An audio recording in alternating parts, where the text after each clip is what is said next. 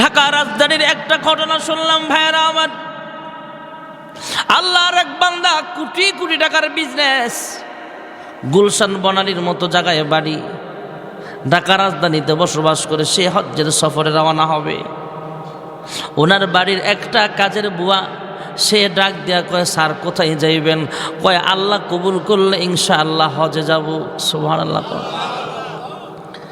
কাজের মেয়ে, কাজের মহিলা, গরিব মানুষ ডাক দেয়া কয়, হ্যাঁ স্যার আমি আপনার বাড়িতে কাজ করে ঠিক আছে, গরিব হতে পারি কিন্তু আমি মুসলমান, আমার অন্তরে মক্কার মোহাব্বত আছে, মদিনার মোহাব্বত আছে। আমার টাকা নাই, পয়সা নাই, কিন্তু আমার একটা আবদার আছে, আমার একটা দরখাস্ত আছে। কয় কি দরখাস্ত বলো? কয় আপনি যে হারামের কাপড় পরে হজ করবেন, ওই হারামের কাপড়গুলো আমি নিজের হাতে ধুইয়া শুকায়া আপনাকে প্যাকেট করে দিব। সুবহানাল্লাহ। কাজের বুয়া এবার মালিকের কাছ থেকে হারামের কাপড়গুলো চেয়ে নিলেন।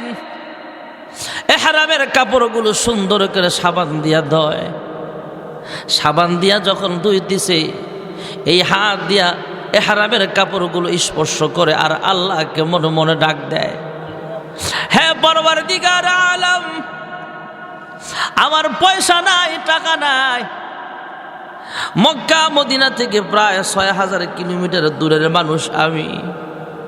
মক্কার মানুষ কত ভাগ্যবান, মন চাইলে মক্কাতুল মুকাররমার সামনে চলে যেতে পারে। মদিনার মানুষ কত ভাগ্যবান, মন চাইলে মদিনাতুল মুনাওয়ারার সামনে চলিয়া যেতে পারে।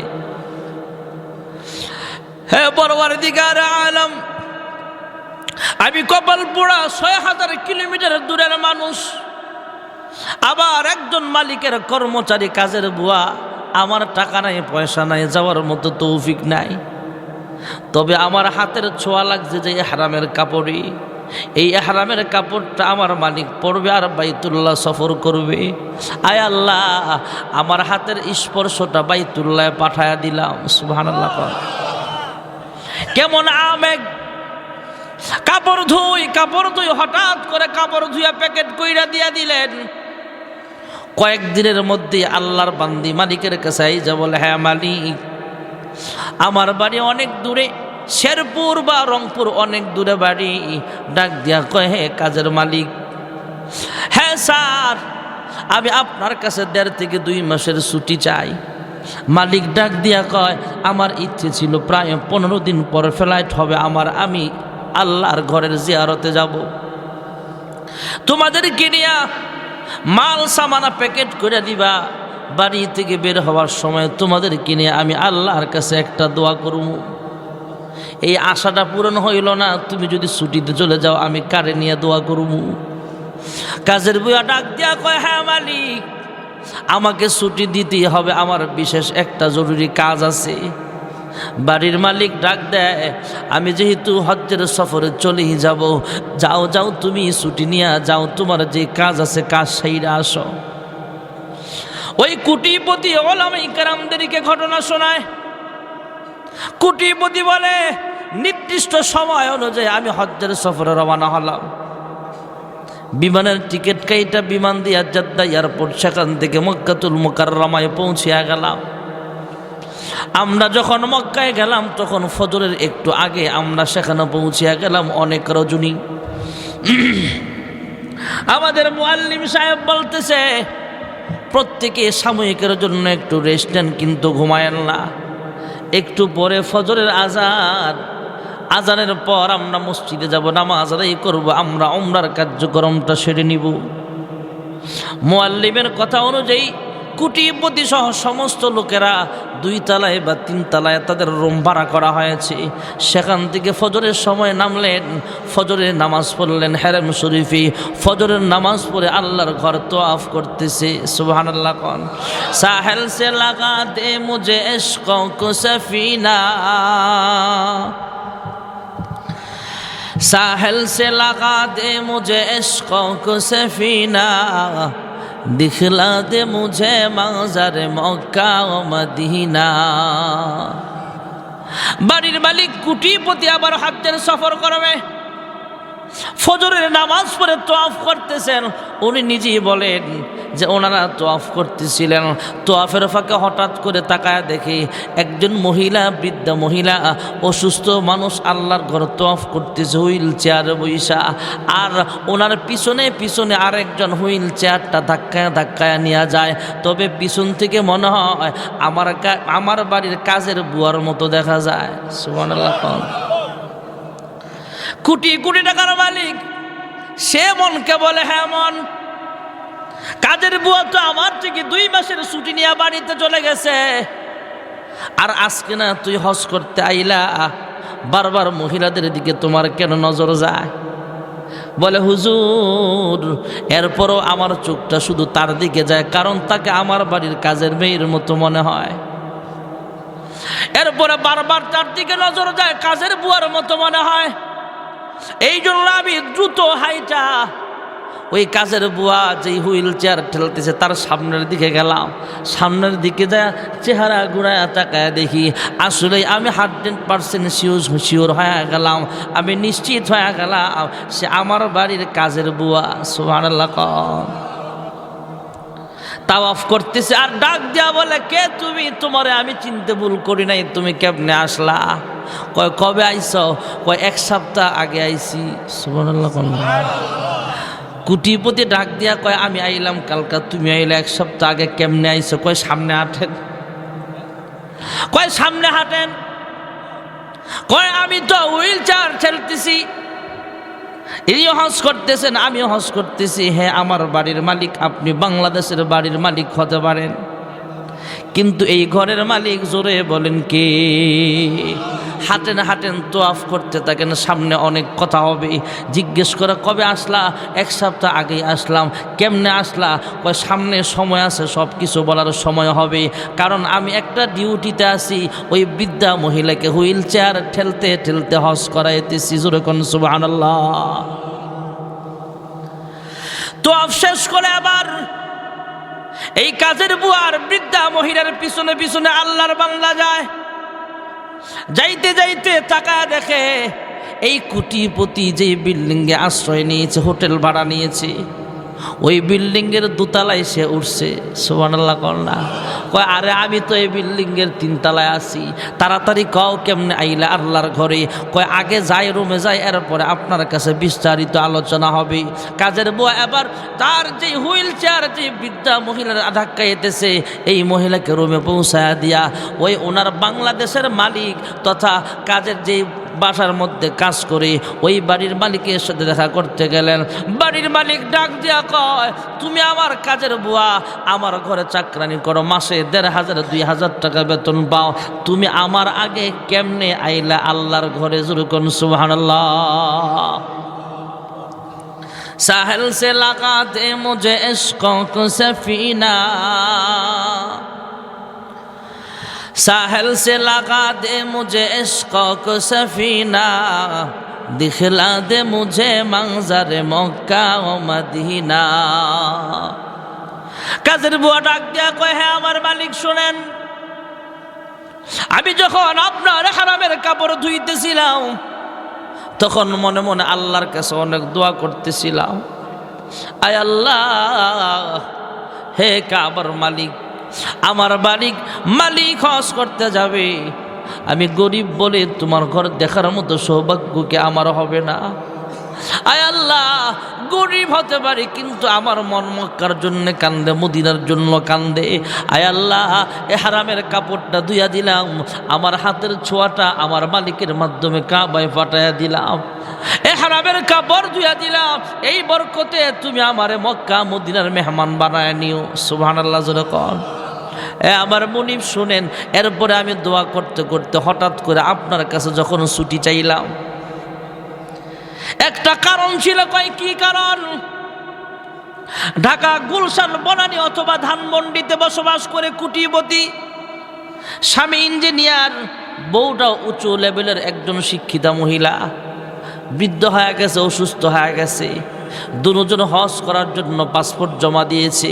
হজ্জের কার্যক্রম শুরু হওয়ার আগে কিছুদিন আগে যখন ফ্লাইট শুরু হয়ে গেছে তখন ডাক্তাররা মিটিং বৈশা ডাক দিয়া কয়, হে ইঞ্জিনিয়ার সাহেব, আপনার বিবিটারে এই মুহূর্তে আর মক্কায় নিয়েন না, হজ্জের সফরে নিয়েন না, কারণ ওনার শারীরিক অবস্থা ভালো না, এই সফরে হয়তো তিনি দুনিয়া থেকে বিদায় হয়ে যেতে পারে।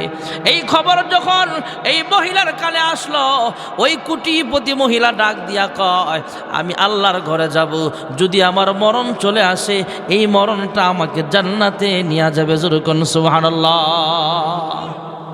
নিয়তটা কত সহি। এবার ধানমন্ডির কোটিপতি মানুষটা আবার নিজের ঘরের মেয়ে কাজের বুয়া যারা আছে এদেরকে বলে, চলো চলো তোমাকে নিয়ে যাব সাথে, তুমি হুইল চেয়ার ঠেল্লা ঠেল্লা তোমার মালিককে হজ করাইবা। কাজের বুয়া ডাক দিয়া কয়, পেটের দায়ে হয়তো কাজ করি, কিন্তু শারীরিক দুর্বলতার কারণে হুইল চেয়ার ঠেলা ঠেলা তফ করানোর ক্ষমতা আমার নাই। মালিক ডাক দিয়া কয়, তোমার পরিচিত কোনো মহিলা শক্তিশালী গরিব মহিলা আসেনি ধার্মিক? কয় আছে। কয় সে কোথায় থাকে খবর দিয়া নিয়ে আসো। খবর দিতে আসছে, আমি আপনাকে বলি নাই, আপনার কাছে 2 মাসের ছুটি নিয়ে গেলাম। নেওয়ার পরে ধানমন্ডির কোটিপতি ডাক দিয়া কয়, তোমার পাসপোর্ট আসেনি? কয় পাসপোর্ট কি খায় না ফিন্দে? গরিব মহিলা পাসপোর্ট কি বুঝেই তো না। সুবহানাল্লাহ কয় না রে। কয় পাসপোর্ট কি জিনিস আমি জানি না। কয় ভিসা আসেনি। কয় ভিসা আবার কি? 2 দিনের মধ্যে ইমার্জেন্সি পাসপোর্ট করাইলেন, 3 দিনের মাথায় ভিসা লাগাইলেন, এরপরে টিকিট কাইটা এই ধানমন্ডির কোটিপতি মহিলা আজ থেকে 1 সপ্তাহ আগে আমারে কাজের বুয়া বানায়া তার হুইল চেয়ার ঠেইলা ঠেইলা উনিও হজ করে, আমিও আল্লাহর ঘরে তওয়াফ করি, উনিও সাফা মারওয়া সাই করে, আমিও ঠেইলা ঠেইলা সাফা মারওয়া সাই করি। সুবহানাল্লাহ বলেন। হে মালিক, আপনার হারামের কাপড় ধোয়ার সময় যে আল্লাহর কাছে দোয়া করেছিলাম, আল্লাহ এমনভাবে কবুল করেছে, আপনার ফ্ল্যাট যেদিন এর 1 সপ্তাহ আগে আপনি কোটিপতি হলে কি হবে, আপনার আগে আগে আল্লাহ আমাকে আল্লাহর ঘরের সামনে হাজিরা করে দিয়েছে। সাহেল সে লাগা দে মুঝে ইশক কো সফিনা, साहिल से लगा दे मुझे इश्क़ों को सफीना, दिखला दे मुझे मंजर मक्का ও মদিনা। আপনাদের এই মসজিদ বাইতুল জান্নাত জামে মসজিদ, এই মসজিদে নামাজ আদায় করলে, ঘরে নামাজ পড়লে ঘরের চাইতে সওয়াব কম না বেশি? কেউ যদি জামে মসজিদে 1 রাকাত নামাজ আদায় করে 500 রাকাতের সওয়াব। সুবহানাল্লাহ কোন। আমার আপনার নবী বিশ্ব নবী রাহমাতুল লিল আলামিন মেরাজের রাতে জিবরাইল আমিন সঙ্গে ছিলেন, বাইতুল মুকাদ্দাসে ঢুকলেন। সুবহানাল্লাহ কোন। আল্লাহর হাবিব তাকায় দেখলেন আদম সফিউল্লাহ সেখানে আছেন, হযরত ইব্রাহিম খলিল সেখানে আছেন, আদম থেকে ঈসা নবী পর্যন্ত লক্ষাধিক নবী রাসূল পয়গম্বর সেখানে আছেন, কিন্তু সামনের ইমামতির জায়গাটা খালি দেখা যায়। জিবরাইল আমিন আল্লাহর হাবিবের কানে কানে জানায় দেয়, ওগো আল্লাহর বন্ধু, আর কাহারও জন্য অপেক্ষা করতে হবে না, সমস্ত নবীগণকে মহান আল্লাহ রাব্বুল আলামিন বাইতুল মুকাদ্দাসে একত্রিত করেছেন আপনার ইমামতিতে 2 রাকাত নামাজ আদায় করার জন্য। ইমামুল আউয়ালিন আল আখিরিন বাহরে সাদকা রাহমাতুল লিল আলামিন, শুধু মজুদাস রাহমাতুল লিল আলামিন, মসজিদে ও সুধা বারু জমিন। সেই বাইতুল মুকাদ্দাসে কোনো আল্লাহর বান্দা বান্দি যদি 1 রাকাত নামাজ পড়ে কমপক্ষে 25,000 রাকাতের সওয়াব লিখা হয়ে যাবে। মদিনার আশপাশে অনেকগুলো মসজিদ আছে। আল্লাহর হাবিব মদিনায় হিজরত করার পর যেই মসজিদে সর্বপ্রথম অবস্থান করেছিলেন কবিলায়ে কুবা, মসজিদ গড়লেন, মসজিদ বানালেন, মসজিদের নাম হলো মসজিদে কুবা। 2 জাহানের সরদার মসজিদে নববীর হুজরাখানা থেকে উযু বানায়া কয়েকদিন পর পর সেখানে যাইতেন। মসজিদে কুবায় যায় নামাজ আদায় করতেন। আর হাদিস শরীফে আল্লাহর হাবিব জানায়া দিয়েছেন, তোমরা কোনো মুসলমান নরনারী যদি মসজিদে কুবায় আইসা 1 রাকাত নামাজ আদায় করো, 2 রাকাত নফল আদায় করো, আল্লাহ রাব্বুল আলামিন তোমার আমল নামায় একটা কবুল উমরা করার সওয়াব লিখিয়া দিবে। আর যেই মসজিদের পাশে আল্লাহর হাবিব রাহমাতুল লিল আলামিন শুয়ে আছেন, 2 সাথীকে পাশে নিয়ে হায় ঘুমিয়ে আছেন নিঝুম নিরালায়, সারা দাও রাসূলুল্লাহ রওজা পাকের কিনারে। হাবিব রাহমাতুল লিল আলামিন যেখানে আছেন, ওই মসজিদে আল্লাহর কোনো বান্দা বান্দে যদি 1 রাকাত নামাজ আদায় করে, তার আমল নামায় 50,000 রাকাতের সওয়াব লেখা হয়ে যাবে। আর আল্লাহর কোনো বান্দা বান্দি যদি সরাসরি কাবাকে সামনে রেখে 1 রাকাত নামাজ পড়ে, তার আমল নামায় 1 লক্ষ রাকাতের সওয়াব লেখা হয়ে যাবে। ভাইয়ারা আমার সময় সংক্ষেপ। হাসরের কঠিন ময়দানে মহান আল্লাহ তাআলা সমস্ত মসজিদগুলোকে বলবে, হে মসজিদ তুমি জান্নাতে যাও। মসজিদ বলবে, মালিক আমরা খালি মসজিদ জান্নাতে যেতে চাই না। কয় কেন, কারে নিবার চাও? খালি বাস ঢাকা যায় কোনো লাভ নাই, খালি রেলগাড়ি চট্টগ্রাম থেকে ঢাকা নিয়ে কোনো লাভ নাই। আমরা খালি মসজিদগুলো আল্লাহর জান্নাতে যায় কোনো ফায়দা নাই। কয় কারে নিবার চাও? কই মসজিদে যারা নামাজ পড়ছে তাদেরকে মসজিদে ঢুকান। সুবহানাল্লাহ। কম এই মসজিদে যারা ইমামতি করেছে তাদেরকে আগে দেন, ইমামের পিছনে পিছনে মুয়াজ্জিনকে ঢুকান, সেও ঢুকবে, মুসল্লিরা ঢুকবে, 5 ওয়াক্ত নামাজিরা ঢুকবে। যে জীবনে একটা সাজদা হলেও মসজিদে দিয়েছে, এই মসজিদটা সুপারিশ করে তাকে আল্লাহর জান্নাতে নিয়ে যাবে। এরপরে আল্লাহর কাছে মসজিদ সুপারিশ করবে, হ্যাঁ মালিক ইমাম ঢুকছে, মুসল্লি ঢুকছে, কিন্তু এই মসজিদের একজন বান্দা এমন ছিল মসজিদে যে 5টা টাকা দিয়ে মসজিদের নির্মাণ কাজে সহযোগিতা করেছিল, তাকে ছাড়াও আমি জান্নাতে যাইবার চাই না। এই মসজিদ সুপারিশ করে করে এই মসজিদে যারা টাকা দিয়া, পয়সা দিয়া, সুপরামর্শ দিয়া মসজিদের বিল্ডিং সাজাইছে, মসজিদের জায়গা কিনেছে, তাদেরকে সুপারিশ করে করে আল্লাহর জান্নাতে নিয়ে যাবে।